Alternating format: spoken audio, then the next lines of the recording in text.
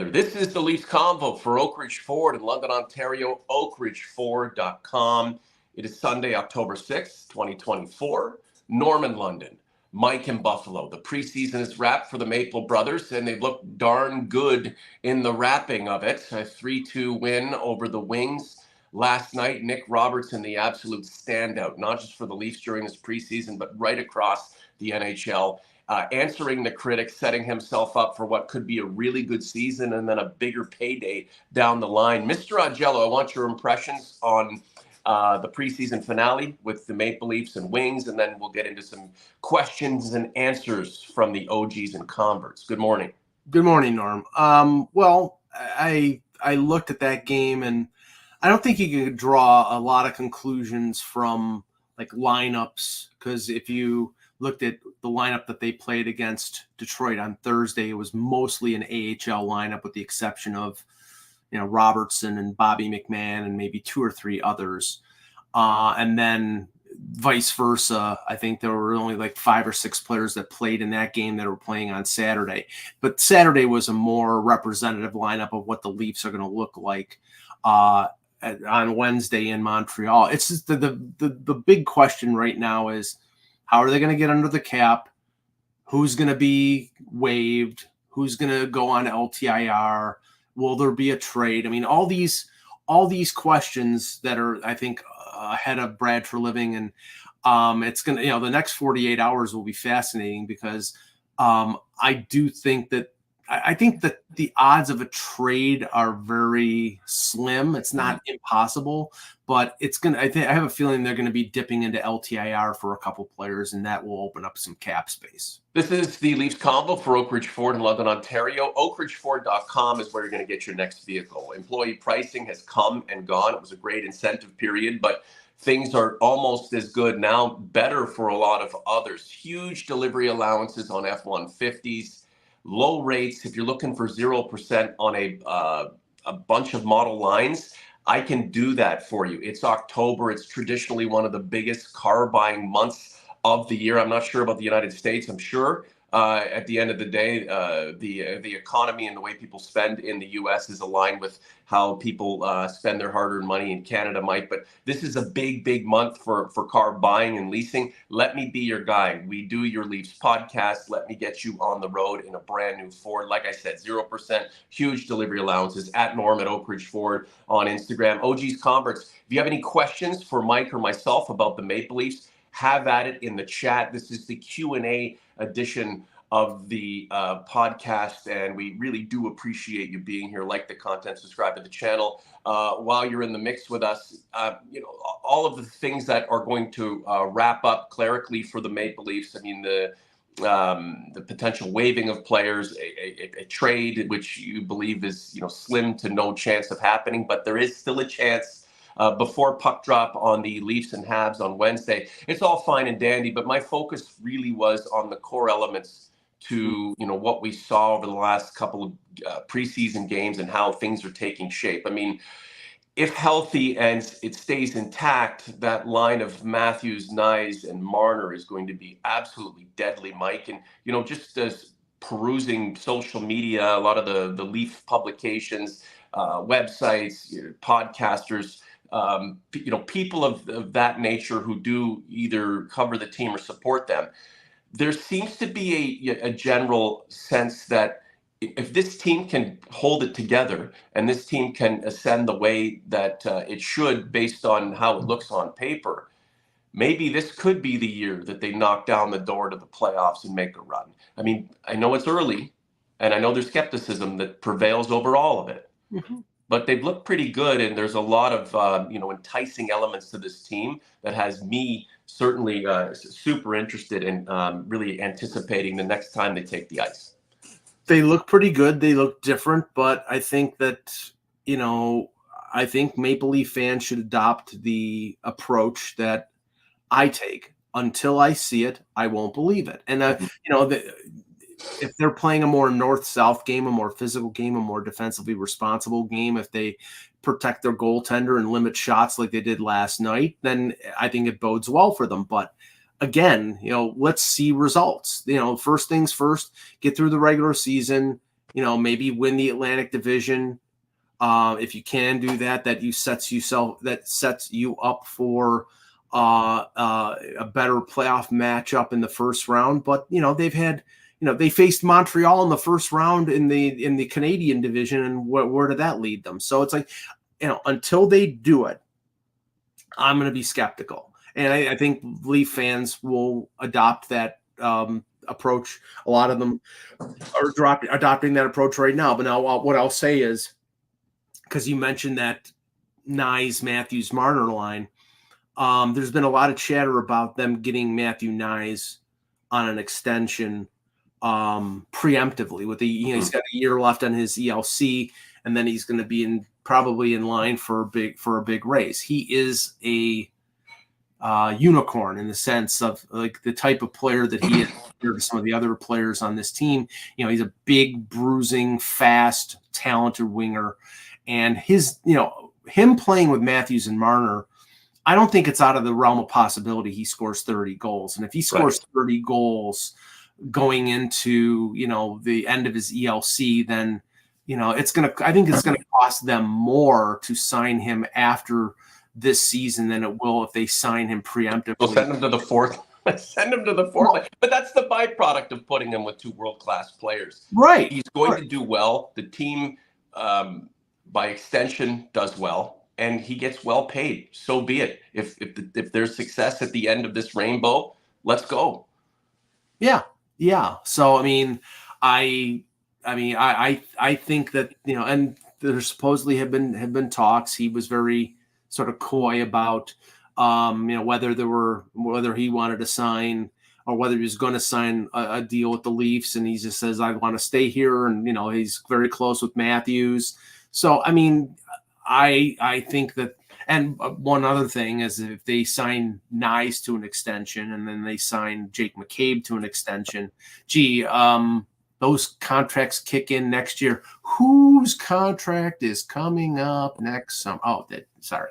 What does that have to do with anything, Mike? Well, you only have a certain amount of space in terms of salary cap. Like, if you're spending $6.5 million to $7 million on Matthew Nyes, and you're spending, $3 million or $4 million on John Tavares, and you're signing whatever on Jake McCabe, somebody's got to go out, and there's not many expiring contracts. So, Tavares is going to be down from 11 million. Right. Okay.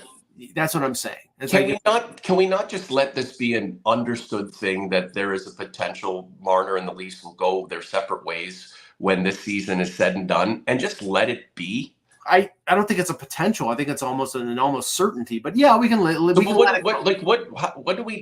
What do we need to worry about it now for? Like, the Leafs need Mitch Marner to have the best, if not one of the best seasons he's ever put together. Be the playmaker on that line with a shooter and a crasher. Help this team win an Atlantic Division. All of that is just preemptive to the real action that the Leafs typically fail at. But who wouldn't take a division title? Wouldn't you rather the Leafs beat the hell out of everybody and go, crashing into the playoffs with some kind of accolade, as opposed to just backing in, especially with the impending separation of a major player in the organization to come? Like, at the end of the day, let's just, I guess, all try to get along, get the best out of Marner. He can move on his separate ways when the season concludes, and the Leafs will free up money to sign the Nyes of the world and the McCabe's of the world and bring on more players as they go. It's just professional sports. If that's the way it's going to end, let both teams, both parties get the best of each other while they're still together, if you know what I'm saying. Yeah, well, I hear you, but of course, what sort of clouds it is the fact that, Mitch Marner and his representatives are saying, well, we want to stay in Toronto. Okay, well, what are you going to give up to stay in Toronto? That's the whole point. It's like, not everybody can be paid. And are you saying, Mike, if Mitch recalibrates his wants financially and comes back down to earth and to terms with what he is, a winger, and where he sits on the pecking order as of today and going forward, there could be an understanding and agreement financially that would keep this guy with the team and allow the team to still have enough money to do what else it needs to do? Yeah, Is that kind of part of the animosity that's that's kind of bubbling under the surface here? Because the Marner team could affect this positively for everyone, and if he really wanted to stay, he could. I'll just say this, and I'm not part of the Marner camp. I'm not a right. somebody who has a direct line to Brad Treliving. But it's been the differences between this October and last October in terms of the approach to William Nylander and the chatter that was coming out of Nylander's camp from Louis Gross and his dad, who were the representatives, as compared to Darren Ferris and Paul Marner, are vastly different. So if you ask me, is the same thing going to happen? I don't think so. I think, remember, Nylander signed a contract during the season. Do I think that's going to happen with Marner? No. If Marner has this unbelievable year and leads the Leafs to a conference final or whatever, there's always a possibility of the Leafs coming back and saying, yes, Mitch, we want to. But I believe that right now, Brad Treliving has no interest in signing Mitch Marner to an 8-year extension. None. Marner wants to stay, but he also wants to be paid. So he will want at least $1 more than William Nylander, and maybe even more than that because the cap is going up. So do I think the Leafs will do that? No. Right. What the scenario that's playing out is the exact scenario that you just mentioned. This is a mutually beneficial relationship for this year. Right. Marner has a great year. The Leafs go as far as they can, and then I think they probably go their own separate ways. And at the end of the day, if that does occur, so be it, Mike. So be it. There's a want from many in Leafs Nation to have this guy pack his shit and go, because he believes he's worth more than what the market is suggesting as of today. So go get your money, Mitch. But in the interim, be a good citizen. And if you truly believe that you're worth all of this dough, then play to that capability, help a team, and put yourself in a much higher leverage position to get all of the money you believe you're destined to get. This is the Leafs Convo for Oak Ridge Ford in London, Ontario. OakRidgeFord.com. 0% interest going on for the month of October. Let me help you get on the road. It also helps the podcast when you support us outside of just the eyeballs on the program. Click on the ads, watch the ads. I find myself doing that. That helps generate a little bit of extra revenue for Mike and myself, so we can keep this project on the tracks, because it's an absolute pleasure. This is the Q&A show. It's a bit of an impromptu idea for today, and then we'll do something on Tuesday as a preview for the season ahead. So if you guys have any questions in the chat, which you usually do, I'm not seeing too many right now, go ahead and have at it. Mike, what else stuck out from the win over the Wings? I mean, the Leafs statistically dominated that game, but it was pretty close.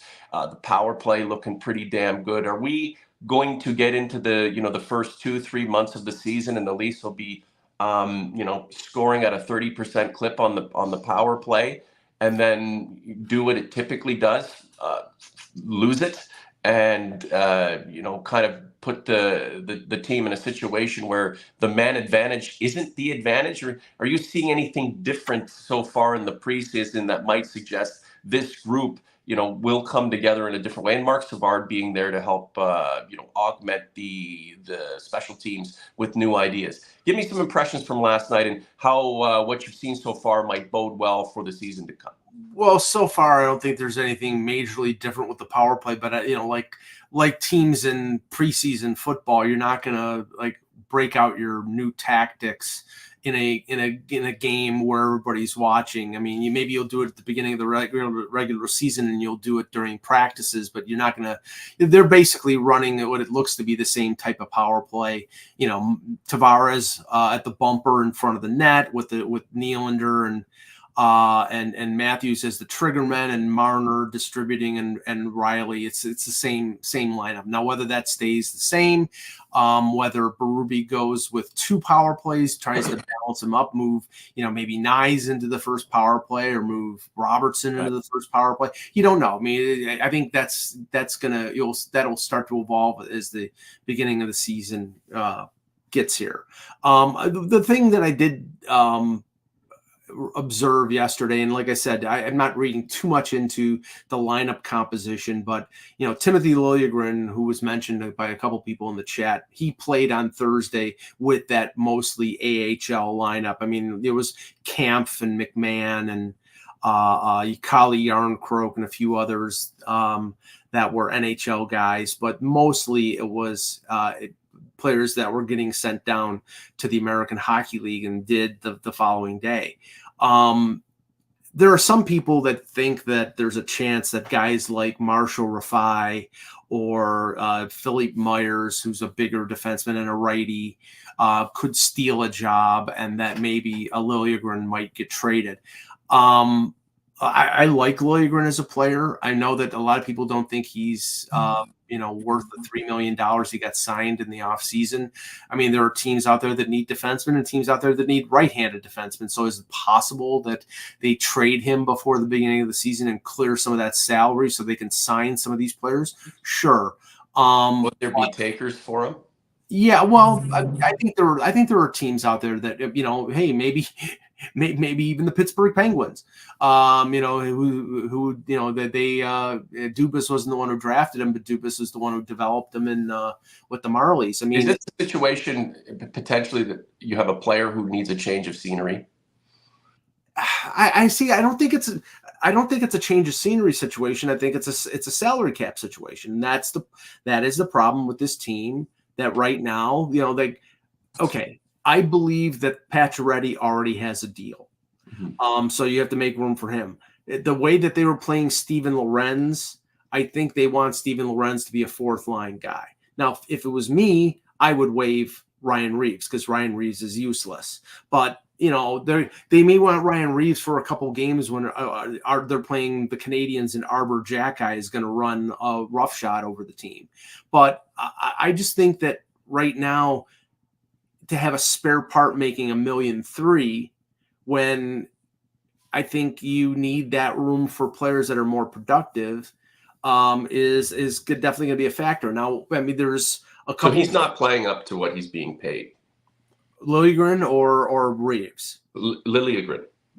Well, I mean, if Liljegren is a bottom pairing guy, the calculation that Treliving and Berube have to make is, are we going to get just as good or almost as good play out of a guy making $775,000 than we are as a guy making $3 million? Mm-hmm. If the answer is yes, if they think Marshall Rafai or Philippe Myers or Yanni Hakanpää can play that third pairing on the right side, then he's expendable. Right. Now, so guys like Benoit coming on, signing OEL, bringing in Chris Tanev. Right. I mean,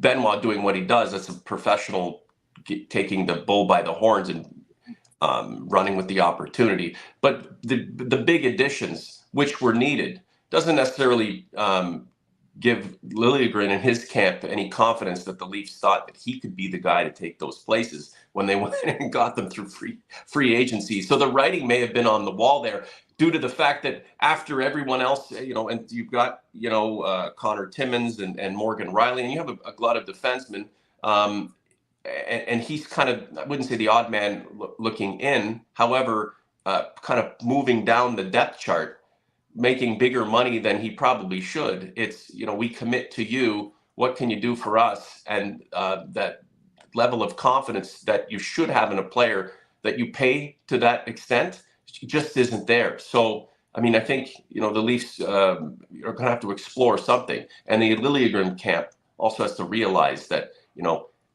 he's just not the defenseman they thought he would be. And, sometimes that's okay. You just have to cut your losses and potentially move on if you can. Well, it appears that right now, the top 4 is set with Riley and Tanev being the top pairing. and it appears that the second pairing is going to be OEL with Jake McCabe playing on the offside. Right.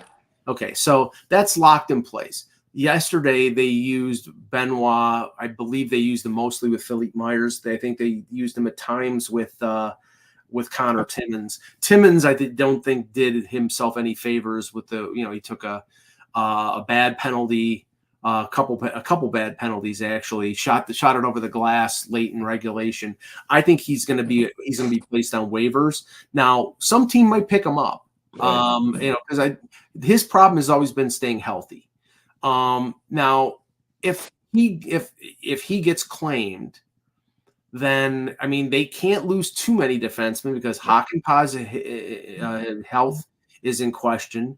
And unless you're convinced that Philippe Myers, who's been up and down in the AHL the last couple of years, is a guy who plugs in, then you can afford to lose one defenseman. I don't think you can afford to lose two. And what I think is going to happen is at the beginning of the season, at least, Connor Dewar and probably Hakanpää would be placed on LTIR for about 3 weeks because that's the minimum you can be on LTIR. And then they're fully healthy, and it gives the Leafs a little bit of time to move things around, get their PTOs signed.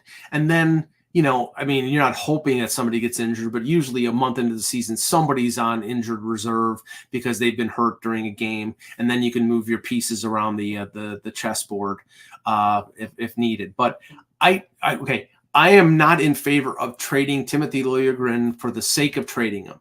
If you get value for him, if you need the cap relief, if you get draft choices, which you don't have many of next year, then by all means. If his role is going to be limited to a bottom pairing role and he's a $3 million defenseman, then it may make sense to trade him. Yeah, and they have a glut of personnel, right? Some of the same guys, some players who have an opportunity to flourish and kind of unravel into right before our eyes into a player that they'd like to be, and that's going to be fun for us and beneficial for the organization. It's not a barren wasteland, this organization, Mike. It's one that's got plenty of players who are chomping at the bit, and that's a really, really, really good thing. It's a little difficult for the bean counters and the executives to fit everyone in financially, but that's why they get paid the big bucks, and that's why we're here for all of the information that comes out of 40 Bay. On Ryan Reaves, Mike, he's going nowhere. They're going to keep him in the box, keep him in the cage until they need him. That's just the way she goes. Quick answer on that, and we got a couple of questions in the chat. Yeah, no, I think that more than likely, at least at the beginning of the season, he'll be on the 23-man roster. I do think there's a possibility because nobody is going to claim him. No one. That he gets waived at some point, like maybe a month into the season when the cap crunch will come in. And then, he basically is like Wayne Simmons, where he was on waivers and he was on the Marlies, but he wasn't on the Marlies. You know what I'm saying? He'll practice with the team. They'll call him up when they need him. But I think that that's a distinct possibility because his contribution is just so limited that I don't think it. Remember last year, and apologies for interrupting you, Mike. Remember last year when everyone was up in arms because the team was getting pushed around? And the year before that, getting pushed around. We wanted the pushback team to be in your face and to not be tentative, not on its heels. Guy like Ryan Reaves steps into the lineup, and everybody else is skating on the team is skating 2 inches taller. What happens if we get into that scenario again, which is likely? Who are we going to call upon? We're going to call upon this guy who's just kind of there and needed in a pinch. Who are you going to call? Ghostbusters. Now, I just they were pushed around at times, even with him in the lineup. The thing is, when you got a guy who plays 7 minutes a night and he's a liability, which he was in the first half, it doesn't matter. Arbor, he got into a fight with Arbor Jacki, and Arbor Jacki smoked him early in the season. And there was a few fights where he was pretty good. It's not the result of the fight all the time, Mike. It's the act. It's the. I always used to use the comparison when like Colton Orr and Fraser McLaren were on the lineup. This is over a decade ago.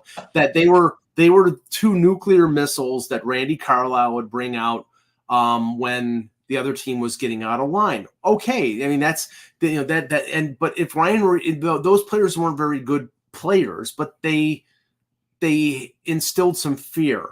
I don't know how much fear Ryan Reaves instills in people anymore.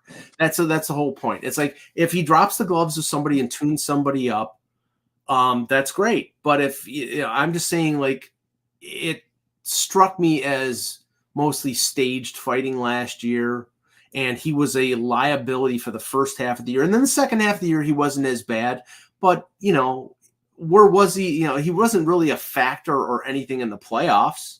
Really? I don't think we know how this season is going to take shape. I mean, I'm talking about how this group could potentially win the Atlantic based on a couple of games in the preseason. Shows how much I know.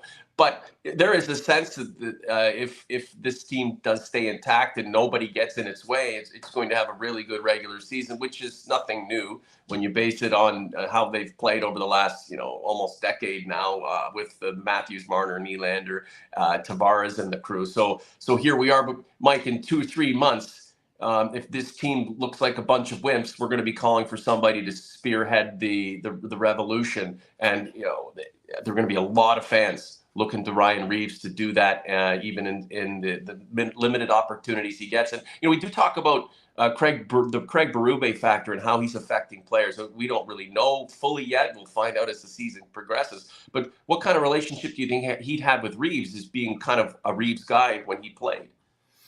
Well, yeah, but the game has changed, and that's the thing. Like, what you need now is you need players that can play in the top 9, that can play major minutes, and also be tough. And that the era of the fourth line guy being the deterrent. I mean, the Rangers are hoping Rempe grows into a top 9 forward. Otherwise, I mean, there were times during the playoffs when he didn't play because they couldn't trust him out there. Right. And you need the player to be capable, right, to be multifaceted, not just be that nuclear missile. They need to be able to play. Look, we might have philosophical differences, and I'm going to say you and I, Mike, we're aligned in the way we believe hockey should be. But there are a lot of other people who just will die on the hill fighting and any kind of physicality in hockey. And then there are others who believe it should be there. If it affects my team positively and I can win with or without it, that's what I want. If I need it and the results are what I'm looking for, I will take it, I will apply it, and I will applaud it. Let's get to some questions. Chris Daniel and Mike, we're going to answer these really, really quick. Yep. Okay, so Chris, Chris is a convert, but we should make him an OG. He's been around for many, many years, not from the very beginning, but we're going to anoint you an OG, Chris. Thanks for being here. We do appreciate your contributions to the Leafs Convo on YouTube. What's your guys' out-of-the-box predictions for the season? Mike, mine, the Leafs and Mitch Marner will come to terms on a deal that everybody is going to vomit over. And yeah, that's going to be that. And it's just going to kind of come out of nowhere, because he's having a fantastic season.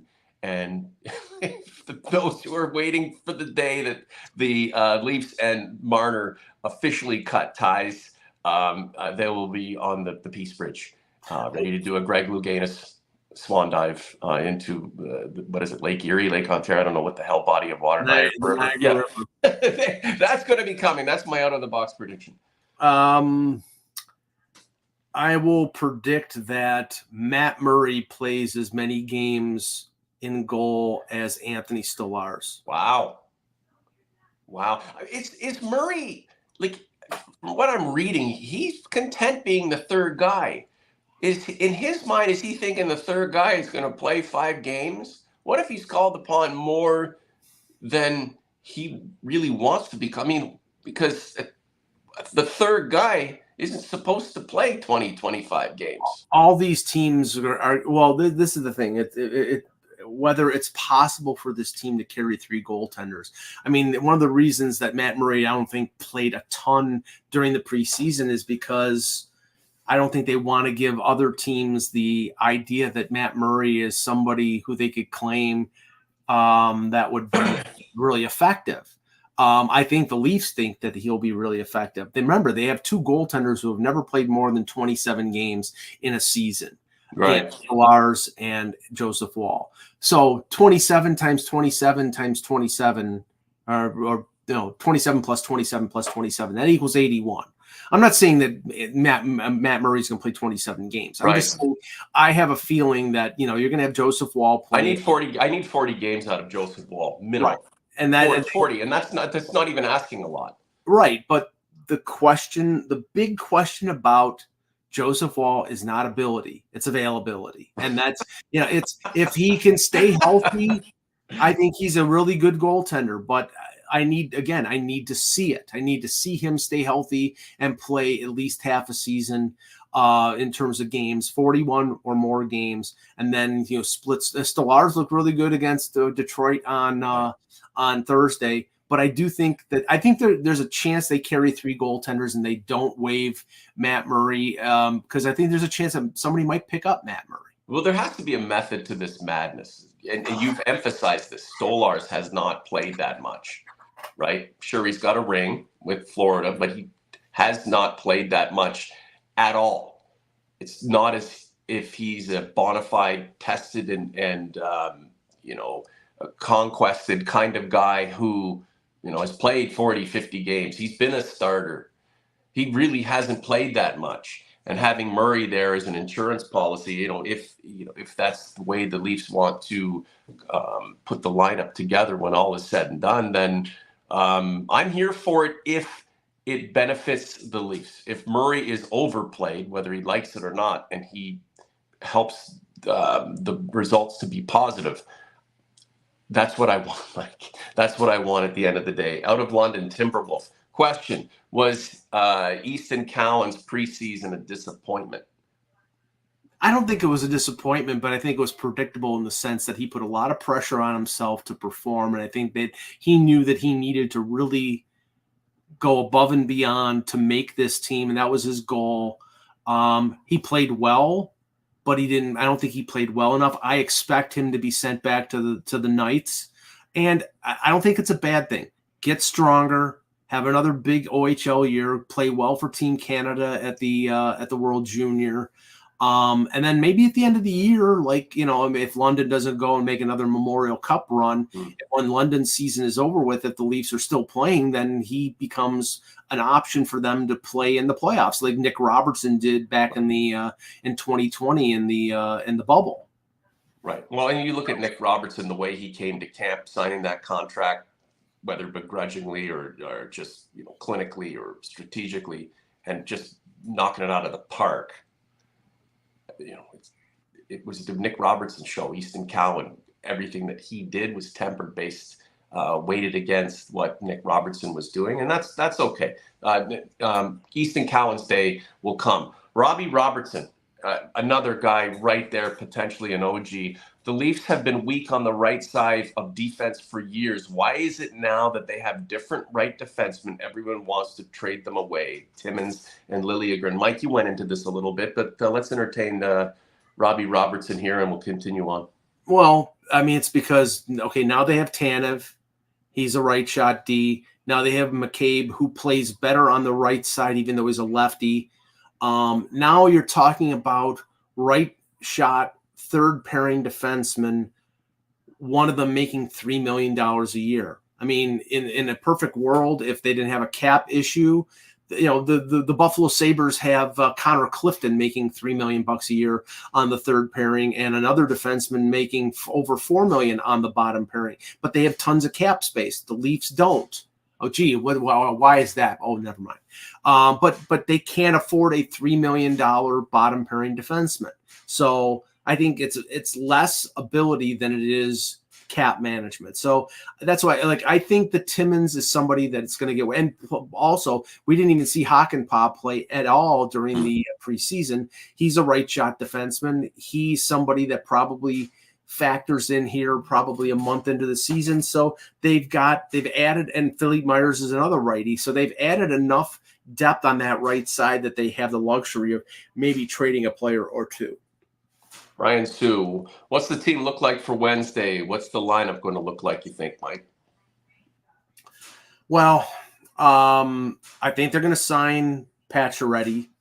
I think Robertson is going to be in the top 9. I don't know about top 6. Calle Yarncroke has been hurt twice this preseason. So if I had to say who's going to probably sit out, probably Yarncroke. Reaves will be in the lineup because Jack Guy is probably going to be looking for revenge for Patrick Laine. So there's going to be some stupidity out there. But, I think pretty much it's going to be Nyes, Matthews, Marner, Domi, Tavares, Nylander. That was the interesting thing. Treliving made an appearance on Overdrive with Hayes, O'Neill, and was talking about what the plans were for Nylander. And he said, yeah, it's going to be sort of a hybrid. It's going to be like he's going to play center at times. He's going to play wing at times. I think it's going to be situational. It's going to be when they're up, when they can afford to play him up the middle, then they'll play him up the middle. And if he makes a defensive lapse here or there. But when it comes down to it, does that mean that Kampf gets an extra shift because he's a better defensive player, or Tavares moves up? I think they're going to sort of slowly move Nylander into that center position, but at times when they need the goal scoring, then he could play the wing. Eventually, I would like to think that he would be a permanent second line center, but I don't know if they trust him enough to do that right now. Everything is an idea right now, Mike. As soon as we get into the season and, there is progression, there is regression, there is momentum, there is setback, and the team now has to react. We'll see how things change, right? We'll see what our opinion is then, right? Based on projection versus reality. And that's the thing.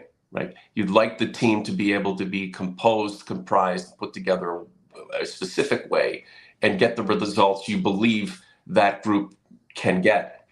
And then things change, right? There's injury, players don't play up to capability. And as much as we believe right now, before the season has started, that the Atlantic has stepped back collectively, and that might bode well for the Maple Leafs to move forward based on their personnel, we have no clue.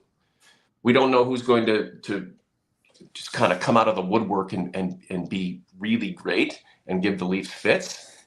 And, that's something that has to, be encountered and dealt with as we push forward. So, Steve James, Mike, what's your take on our goaltending depth with the 2 Russians and Hildeby? Might have a goalie controversy soon. We've spoken a lot about the goaltending situation, but what Steve is getting at is all of the players that are involved right now might not even be the players that we're really super concerned about or excited about down the line sometime.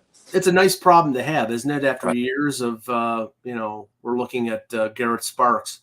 I like the Hildeby. A lot of people believe Hildeby is maybe a year away. He played really well in the preseason. He's a big goaltender. He had an excellent year in the AHL. His health issues with his hips seem to be past him. So if he puts together another big year in the AHL, then I think that he mixes in with he's waiver exempt, so he could go up and back, and that may be to his detriment. But I could see him challenging for the backup role next year. Pushing out Stolarz. Maybe Stolarz gets moved, but that's putting the cart before the horse. The 2 Russians are the wild cards. Tiamov played half a season in the KHL. Peksa played with Newfoundland last year, so he's going to be playing in Cincinnati this year. I think the way it's going to end up being, it's going to be one of those goalies plays with the Marlies as the backup. The other one plays in the ECHL in Cincinnati, and maybe they rotate, but they need to all get game work. And that's the most important thing. So that's why, Matt Murray, if Matt Murray clears waivers, he's going to be one of these goalies like Martin Jones that barely plays in the AHL, but that, he's in the AHL in name only. That's why I think there's a chance he's a third goaltender with the Leafs, or maybe they try to put him on LTIR or IR for a month or so. Say that there's an injury. I mean, we know how they can sort of move things around that way, but it's a nice problem to have that they have 6 goaltenders, and the kid that they drafted this year in the 5th round, another Russian goaltender, Uptinsiev, I think is the way his name is pronounced. He's supposedly a very good prospect as well. So it's better to have a lot of prospects than to have 2. Is there a strategy, a long-term strategy for having this many? What does Joe Bowen call them? What's his nickname for the padded? Oh yeah, the tenders of the betwixt the wickets. Yeah. Is there a strategy? Is there a strategy to have this many goaltending personnel? The tenders of the hemp hut. Yeah. Well, no. I think it's cyclical because remember I think they took a shotgun approach a few years ago when it came to let's get as many goaltending prospects. When it comes to the Russian ones, you don't know how long it's going to take to get them out of Russia. If you look at Sorokin and Shesterkin with the Islanders and Rangers, they were drafted and at 18 or 19 years old, and it took 5 or 6, 7 years to get them over here. Plus, they had a great Russian goaltender in Ilya Samsonov, and didn't want to re-sign him. What the? Yeah, he was really fantastic. Hey, Alex, will this be Tanev's last season? He's so banged up and plays dangerous. No. I think you'd hope not. I think the plan here is for him. This was a 6-year deal, a 3-year deal masqueraded as a 6-year deal. The extra years were there to reduce the AAV. There's a lot of front-loaded money. He's 34 now. Who's to say that he can't play to 37, 38? So I would say it's a 3 or 4 year deal, and then the last 2 years, then maybe he's at that point he retires or he's on injured reserve. Who knows? That would really, really suck if it was one and done for Tanev with the Leafs, or a part of the season and done for Tanev and the Maple Leafs. But risking an early retirement or an early stepping back from professional hockey. I want Tanev to play as in the same way he's played to get to this point in his career. Obviously, there are some things to consider.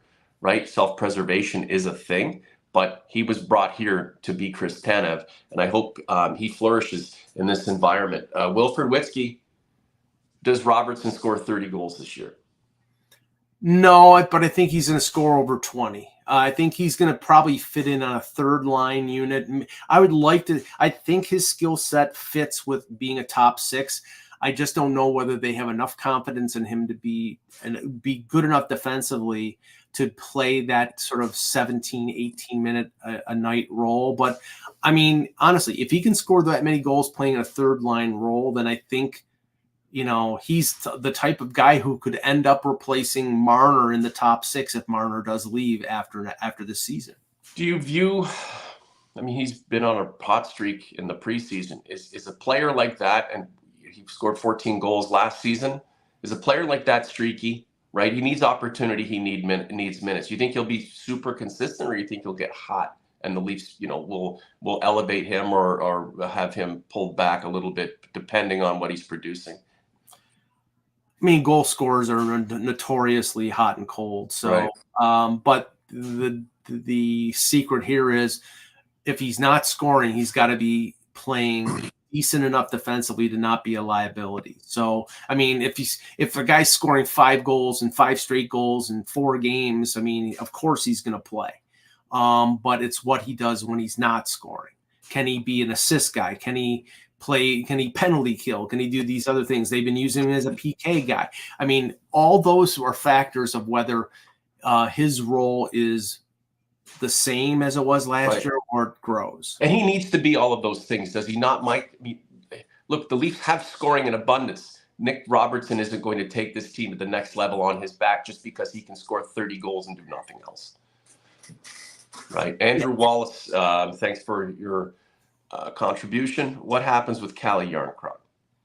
Well, everybody seems to be looking at one of three guys being moved out: Yarncroke, Kampf, or Liljegren. There has to be. Okay, Yarncroke is 33. He's got another year at $2.1 million. He's a good, versatile player. I think he's staying. I think the guy, if they wanted to move somebody, it would be Kampf. Kampf has got 3 years left at $2.4 million, and he might be a fourth line center. That's the problem here. They're paying guys who are going to be fourth line players for them. Is anybody going to be interested in taking on David Kampf at 3 years left at $2.4 million, or Liljegren with two this year or next year at $3 million? I mean, you have to make a deal. You have to have another interested party. I think there will be. I think there could be, but I'm not sure.